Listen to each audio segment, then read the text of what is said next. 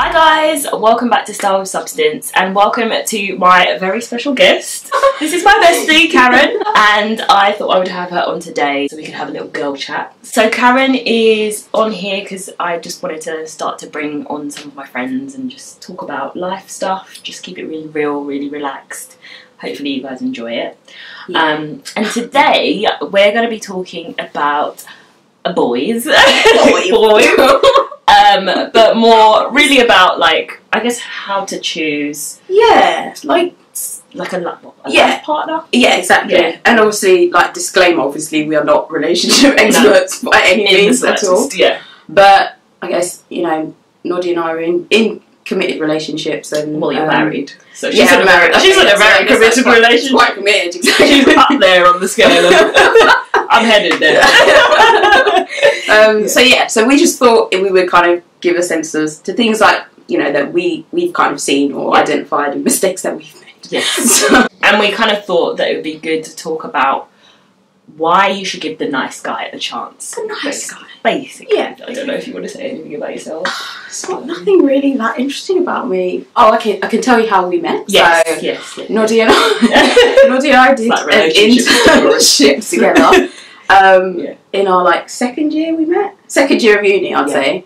And we met in second year. Yes, yeah. And I basically latched onto her through Facebook because I saw that she went to the same uni as me, and I remember seeing her around, like, campus.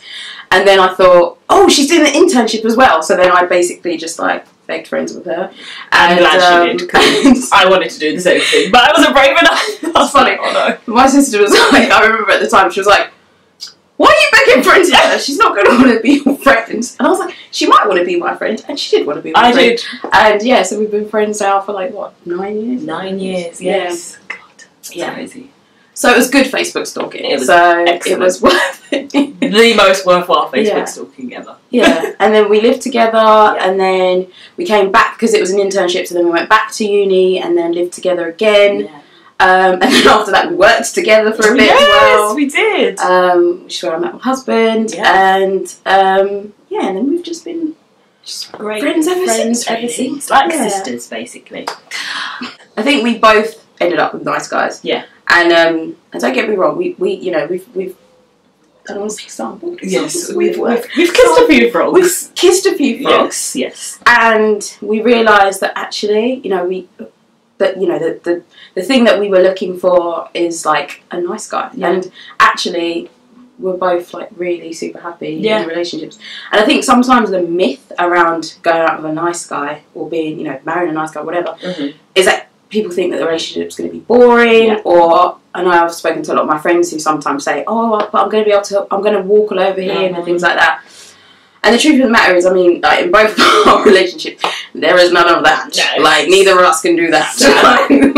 We may like to think we can. It is, no. Like, when a guy puts his foot down, doesn't matter how nice he is. If he ain't doing it, he ain't doing it. He ain't doing it. And, like, with Mr. K, he is, he's very chill. Like, he's a very laid back kind of guy. But when he wants to, like, he will, yeah. So, so I think that's a myth that sometimes is often portrayed with nice guys, would you say? I agree. And I don't think anybody is, like, so nice that they would just continuously let you walk all over them. Yeah, because everybody's got a backbone. Yes, exactly. Especially the longer you know someone, the more comfortable you feel with them to say, I'm not really feeling that, basically. Exactly. Yeah. And I mean, should we talk about the kind of guys that we've dated in the past? Just types. I mean, names. Let's not spill all the tea today. Yeah, I would say like a snaggertooth type of snaggertooth. Okay, yeah. So I'm just going to put that there. Snaggertooth. So tell us what your definition of a snaggertooth is. So a snaggertooth, I think everybody can understand this to a certain extent, right? It's like the guy that is just non-committal, and that is across everything. So it's not even just in relationships, but just in life a little bit as well. Jobs. And everything. Yeah. And sometimes they're the ones that manage to reel you in, or there's sometimes the ones that pretend they're not, and then you think, oh, this is really cool, and then maybe they're not the sort of guy that they necessarily portray. Exactly. But by that time, you're kind of... You're too deep. You're too deep. And they're always the most intriguing, because I think as women, we love a project. Like, we feel like... That's what it is. Yeah, I'm going to be the girl guy to make him, like, a change in his non-committal ways, but...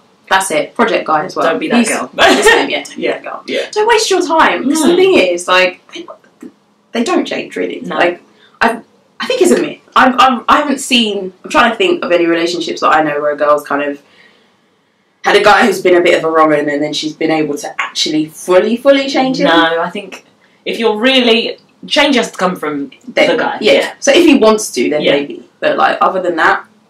It ain't gonna happen, sister. Yeah, so I'd say, like, try and avoid those. Yeah. Or sample them, but then, you know... Move on. I think there's definitely a time in your life to just date who you want. Yeah. Just experiment, you know, see what you like, what you don't like. And I think definitely when you're, like, younger, like, early 20s, like, it's okay if you don't necessarily pick the right guy. But I think, like, going into it, you should always, like, pick someone who has good qualities. Or who you can see, like, treating you well. But, yeah, I mean, I guess when we say the nice guy, we don't necessarily mean, like... I don't know, I guess everyone has a different definition of the nice guy. But I guess, for me, nice guy is just someone who... They don't play games. They know what they want. They treat you well. So, you know, you're not having to kind of battle through that.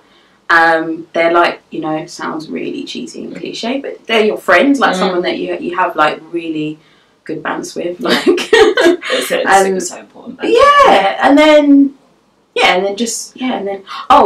The other thing is as well, it's like with the nice guy, you can take them anywhere. Yes. Do you know what I mean? It's like with some guys, if you're going to like whether it's like a work function or like, do you know what I mean? Like, there's certain guys, I don't know about you, but certain guys that it's like, nah, I just don't want you around. Do you know what I mean? Yeah. Or you have to be like stuck to them like this because you're like, I can't leave him to talk with anyone. I know, like, do not say anything to him.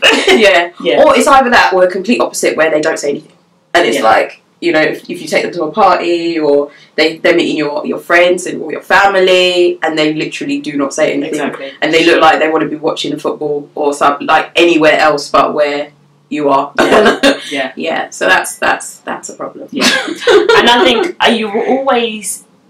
I think when you see your guy around the people that you know and you see that he's getting on with them and then you hear people give you good feedback after and they're like, oh, he's really nice. Like, it makes you like them more. Yeah. So if anything, I feel like for the girls out there who kind of feel like, you know, if I'm with a nice guy, I feel like maybe eventually I'll just get bored or it'll fizzle out. But actually, the more you get to know him, the more you become really like just, I don't know, like it's hard to not fall in love with somebody who's just a nice person. Yeah. It kind of makes you want to up your niceness. Like, I thought that's true. I thought I was a nice person until I met Mr. Man, and then I was like, oh god. Yeah, I'm the bitch in the relationship. Yeah. I'm the same with Mr. K. Like that. He's got an alias now.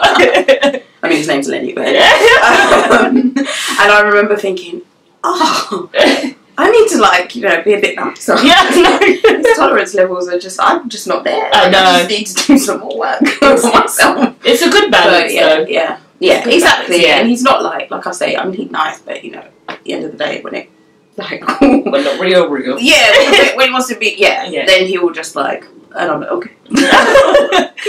And I think it does take you kissing a few frogs to appreciate a nice guy. And I think that's sometimes what has to happen, actually. Mm. And because I've got a few friends that have been with Swaggertoots, Wronguns and whatever. Mm-hmm. And then they have a nice guy, and maybe they think, do you know what, I'm probably going to walk all over him, so just park him for now, put him in the friend box over there. Yeah. But actually, really, but really, like, they have really good relationships now, you know, and as we said, found out that actually nice guy doesn't always get walked all over, and actually sometimes, you need to be put in your place, then they put you in their place. So yeah. And I think it's so funny that we think that because somebody is nice, you can walk all over them, but actually, initially, everybody should be nice because you're trying to win someone over. So everyone's going to present a certain version of themselves. Exactly. But usually what happens is the mask slips. Yes. If they're like just being the wrong ones. Yeah. But yeah, it's funny. This kind of sounds a little bit like auntie talk, like as if we're like elders. It like, does. We're like we're not. It's not preachy. Anyway, not trying to be patronising or anything like that. Mm. It's just supposed to be like, this is like what we've seen, isn't it? And trust me, we've been there. Yeah. And the guy, they think, oh, but if only this, or if only he'd changed that, and then he'd be like amazing, it would be fantastic, and you're just like, you're waiting, and you're just like, no. And if that list of things to change is too long, longer than maybe like 2 things, just like, no. Just like, sometimes you just have to accept that people are who they are going to be. Yeah. I think people do evolve. Yes. Yeah, but in their own time. Yeah. That's the thing. And it might not be on your time. Mm. So it might be... And sometimes they need a certain catalyst to make them change. So it might be just age. It might be lifestyle. It might be... Or a life experience. experience. Life experience, exactly. So that's the other thing as well. Yeah. Yeah. I do, to be honest, I get the appeal with a... I don't want to say bad boy, but a guy who's just a bit like, you know, like... just like...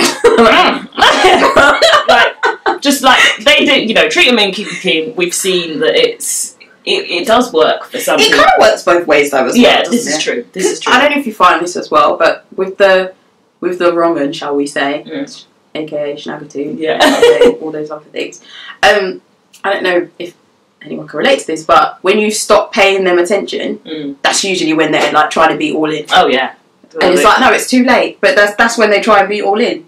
We always say that men have a radar for when you're unavailable. Yes. Like emotionally. Exactly. It's like they know, and they're just like, and they she's drifting, she's drifting, and then they're like, they come right so there. True, and these days they would slide into your DMs, but back then it was like drop you a text. Like, hey stranger. Yeah. Hey stranger. That was it. That was always the one. Hey stranger. Long time. You're like, what does he want now?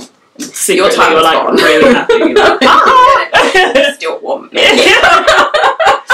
But it's like, yeah, no, I get the appeal. It's like there's something quite sexy about a man who just seems like, I don't know, unattainability as well. I guess that kind of works both ways though, because that's true. I guess with us as well, there's the appeal, like we say that guys have an appeal when your light's not on anymore. Yeah, it's the same sort of thing, really. It's like, you know, we're thinking, I want to like mould him. I want to kind of put him into something else, or you know, he feels a little bit unattainable. Yeah, I think that's sometimes like the thing where you're like, okay. We start to go like Build-A-Bear on guys. Do you know what I mean? It's not Build-A-Bear. Yeah, just go into a store and buy a bear ready-made. Yes. Well, as good as. And accept the yes. the bear. If he's got a little ear ripped off, you know. Going in with it, and I know, yeah, alright. We'll leave the bear stuff alone.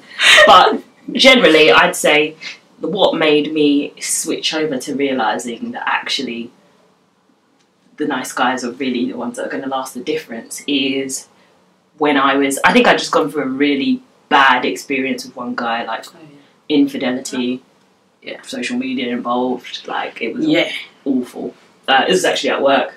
And I remember you were the one that told me, yeah. Gosh, that workplace, like... Do you know what I mean?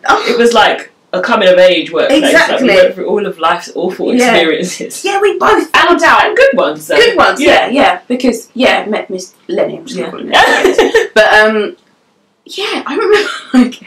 we both found out that our boyfriends were cheating on us. Yes. In that same workplace. In that same workplace. Yeah. Was it the same sofa? Probably the same sofa. The same sofa. There was like a sofa downstairs that we would just like go and have lunch on, but it was also like when we needed to console ourselves, we would go down there as well. That was the sort of thing. Exactly. It was like the bad news sofa. Yeah. But we did share some good times. Good times there as well. But that was terrible. And then I think I just was like, okay. I think I was just not into dating at the time. I was like not trying to meet anybody. And then along comes Mr. Man at a party.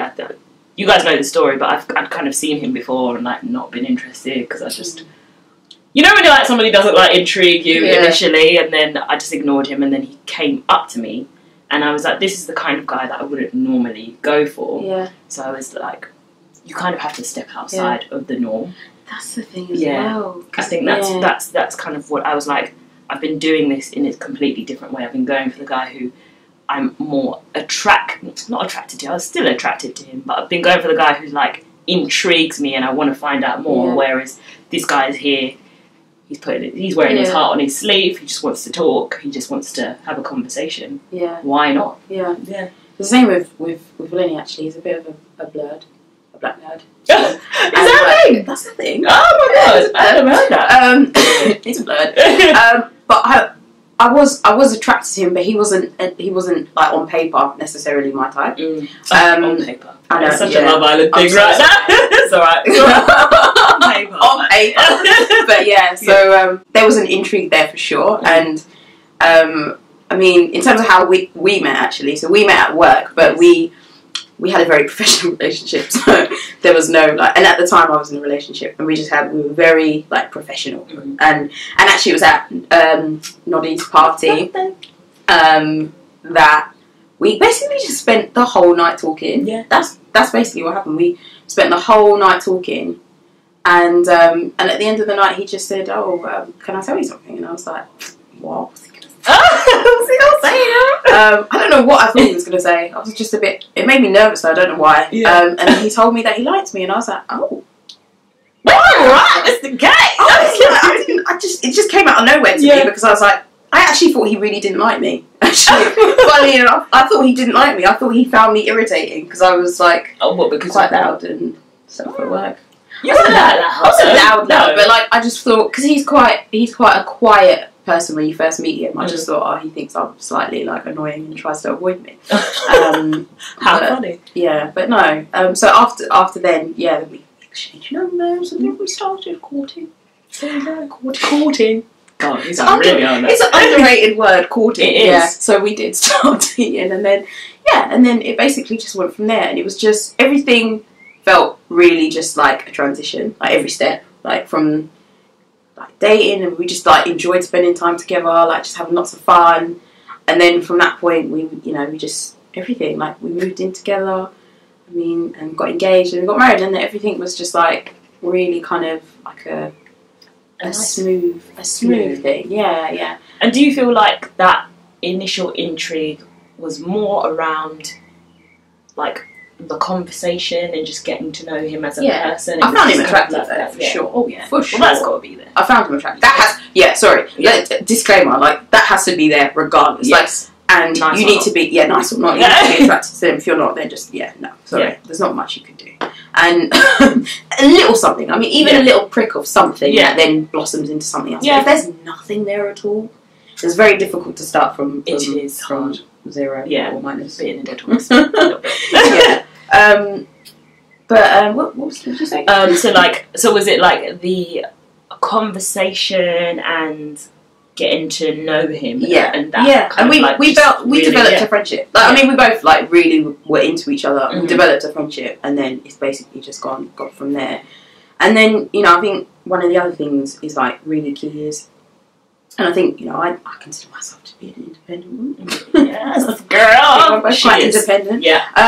But having like someone who, in times where maybe you're not thinking you're going to need to be strong, and something just comes and hits you sideways, like having someone that can be strong enough for both of you during some like real challenges in life is really like really, really key. I mean, for me and Lenny, like we both went through something quite traumatic in the beginning of the year, and like that was really tough. And testing, I imagine, on your relationship. Yeah, it was. I'm going to say it's a bereavement. So, and for it kind of knocked me for 6, and I didn't know, like it was really tough. I had friends obviously like Noddy, and it's great having like friends, but like I literally was on the floor, and I thought to myself, I don't know, I like I said, I see myself as quite an independent person, but when something like that hits you and comes out of nowhere, you do need someone that just can build you back up and just help you through those times. And it's funny, it's not a trait that I would necessarily think about looking for someone in. Like, you wouldn't say, I need someone who's going to be able to support me. You might say that in terms of like financially, if that's what you're looking for, but emotionally support you, that's not something I looked for at all. And I guess it's not something that you would know to look for. No. Because if you haven't, like, I don't know about you, but I hadn't really been in a proper long-term relationship before I met Mr. Man, so I didn't really know what were the things that were going to kind of like keep you going, and those are generally what we mean when we talk about a nice guy, is these kind of qualities. So I guess you would say somebody who can emotionally support you. Yeah, and I don't mean like someone that, like, you know, cries with you. We're not going there. It's not that sort of support. It's just like someone who keeps the constant when you're not constant. Like someone who just, like, whether it is just getting on with stuff and getting on with life and helping you through that. And I've always said that when you guys went through that, I was like, obviously heartbroken for you guys, because as a friend watching, you just feel helpless and you just want to make it all go away. But I was like, thank God she has Lenny, because I honestly, like, I couldn't pick a better person for you to go through that with, like, for each other, actually. Like, genuinely, I was like, this is going to be hard for you, and this is, like, it's going to really take some time for you guys to get to a point where you can live in a normal way, if you know what I mean. But I was like, but they're going to be okay, because they have each other, and because he is the guy that he is. So I always felt like, right, we can cry on here. But I always felt, I was like, that's so important. And I think another thing that I think is quite important, which I didn't realise, is how your guy sees other people, or how he kind of deals with other people. I think as girls, like, we always have an opinion on people, and we're very vocal about it, and I'm very vocal. We're vocal with each other. We are very vocal. We do have our vocality sessions. Gosh, shade session. Yeah. That's what I think all girls do. Yeah. It's therapeutic. It's good. And it's not like, get it out. Yeah. And it's not, you know, with any malice. No. Like, it's just your opinion. Yeah. But I remember, like, because when you're in a relationship, you kind of become friends, and I would like try to, like, have those, like, little gossip sessions with Mr. Man, and he wasn't having any of it. Like he genuinely just takes people at face value, and when somebody, like, doesn't have any expectations of people, or always sees the best in people, it really makes you sit back and have a little think to yourself, like, oh, okay, So, like, it totally changed how I look at people. Yeah. Because I was like, you know what, if he can see the best in people, why shouldn't I? Yeah. So it kind of gives you a bit of a, as much as I say he can be quite negative, I actually, in that sense, he's very positive. Lenny, like, so he's very much the same. Like, he sees the best in people. I think I might have influenced him just a little bit sometimes. Yeah. As in his positive thinking. He is. He 100% takes people, like, positive, like. But then sometimes I might say something. But he should listen to your opinion as his wife. And sometimes, like, throws in something.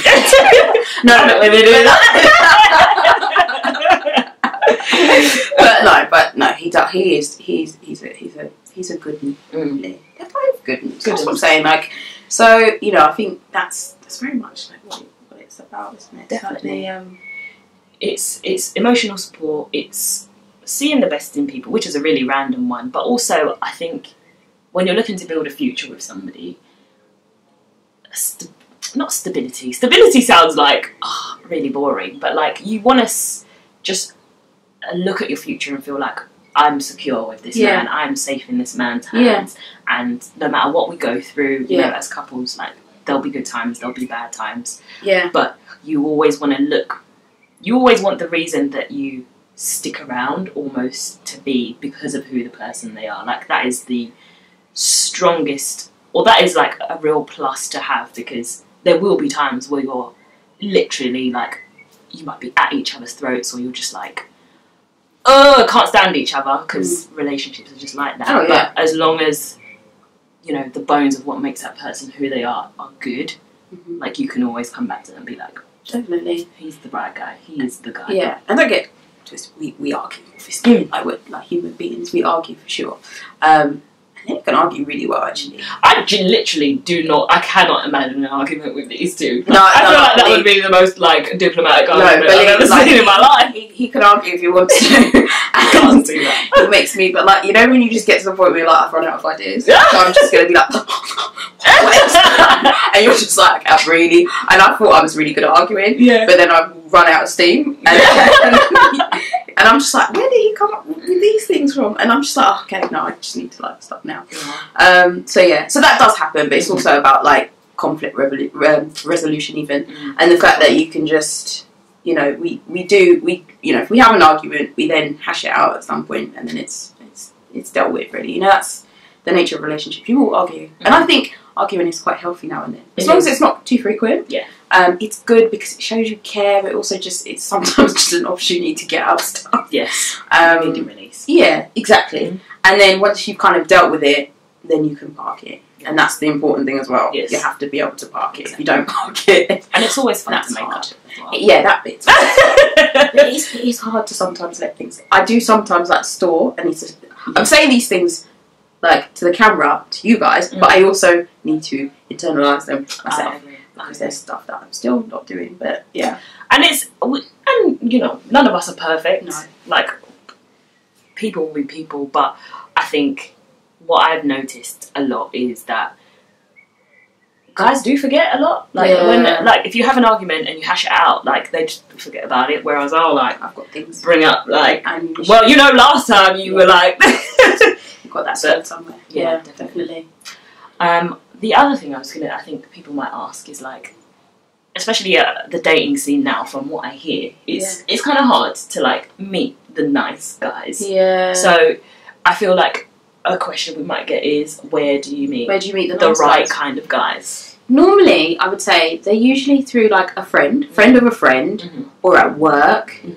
But they're usually some sort of connection to you somehow. Yeah. Do you know what I mean? And they say, I remember when I was reading something at the time, just before, I think it was literally like the week before your birthday, and it said something like, the person you're supposed to be with is closer than you think. And I remember reading it going, no, there's literally no one anywhere near me, like not even. And he was literally like 2 rows behind me. But obviously, you know, you didn't know that at the time, and obviously, but I do think that there is something in that person being maybe in your circle, or on the periphery of your circle, or your friend's friend, or someone that maybe is there that you maybe hadn't thought of in that way before. Yeah, or just completely overlooked. Yeah, that happens.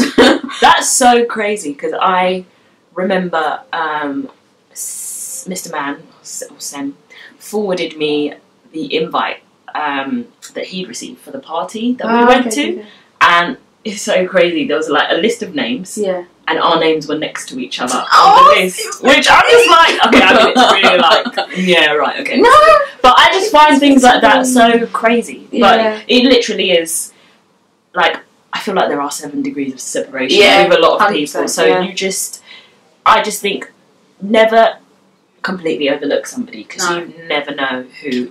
Exactly. Just try hello. I bet just, you know, go on a few dates. Yeah. But yeah, friends, parties, friends, things, work. Work is, a lot of people meet at work. Yeah. Library, coffee shops, I don't know. But, like, I think there's nice people in a lot of places. I wouldn't even rule out the club, to be honest. It's funny. The date that Lenny and I were talking at your party, one of the things we were arguing about, well, not arguing, discussing, was whether you could meet people in bars. How funny. We were in the bar. Yeah. And my point was, nice people go to bars. Yeah. So, like, you're a nice person watching this, I'm sure, so you would. And you go out. Yeah. So why could you not? And, you know, nice guys go out too. So it's just, I think it's just about how you then, the next steps after you meet, you know, and how that works out as to, you know, what then happens to that relationship or not, you know. And you can tell a lot about a person from a conversation with them. So I feel like if there's anything you do first to, like, suss out the week from the, you know, from the chaff, I think it's the chaff, is have a conversation with them. Because I think that will tell you everything you need to know about a person. Like, if you meet someone and it's all about the physical, but you haven't actually uttered a word to each other, it's really hard to know whether you're going to connect. I feel like that's where you really get to know who a person is initially. Anyway, you want to have a few more chats, but like, sounds really obvious, but it's true. Yeah, like, just talk to him. Like, and I think I don't know. I'm a bit old school, but I feel like I remember the days where it wasn't like messaging, it was like you would have a long phone calls. Yeah, I used like to love those. Late night chats, like 2 hours, yeah. like and you've still got things to talk about. I mean, that's a really good sign as well. Like if you're 2 hours into a conversation and you're like, oh my god, I'm really like enjoying this conversation. Like, that's a really good sign. I missed like those days of like getting off the phone at 5 o'clock. Yeah, be like, where did the time go? Can't wait to speak to you again in 1 hour. Yeah. And now it's just like, oh, we can get the dinner on. Yeah. Late night chats. Yeah. So yeah, somebody who you can have a conversation with. Yeah. What about like I was thinking about like women in relationships. What in your mind, like what would you say you have done or you tried to do to kind of keep your relationship spicy, but not just spicy, but just like, you know, you keep the peace and you keep things in a good place?